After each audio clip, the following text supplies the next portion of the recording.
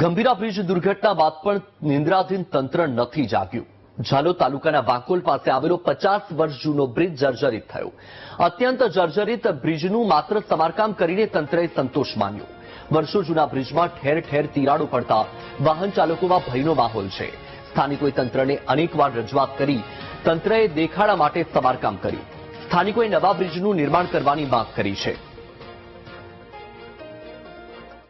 સાહેબ, અમારું કહેવાનું એટલું છે કે જો બ્રિજ અમારા બાપ દાદા કહેતા હતા કે અમે નાના હતા આ બ્રિજ ઉપર ચડેલા, એટલે અમારી ગણતરી મુજબ 65 થી 70 વર્ષ આ બ્રિજને થઈ ગયા।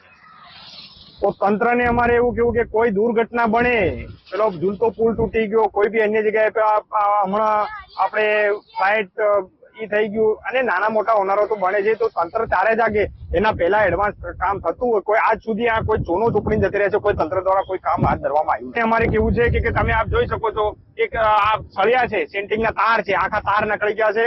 જે કોઈ પણ ગાડી નકળે, નાનામાં નાની ગાડી નકળે છે, આખો બ્રિજ વાઇબ્રેટ થાય।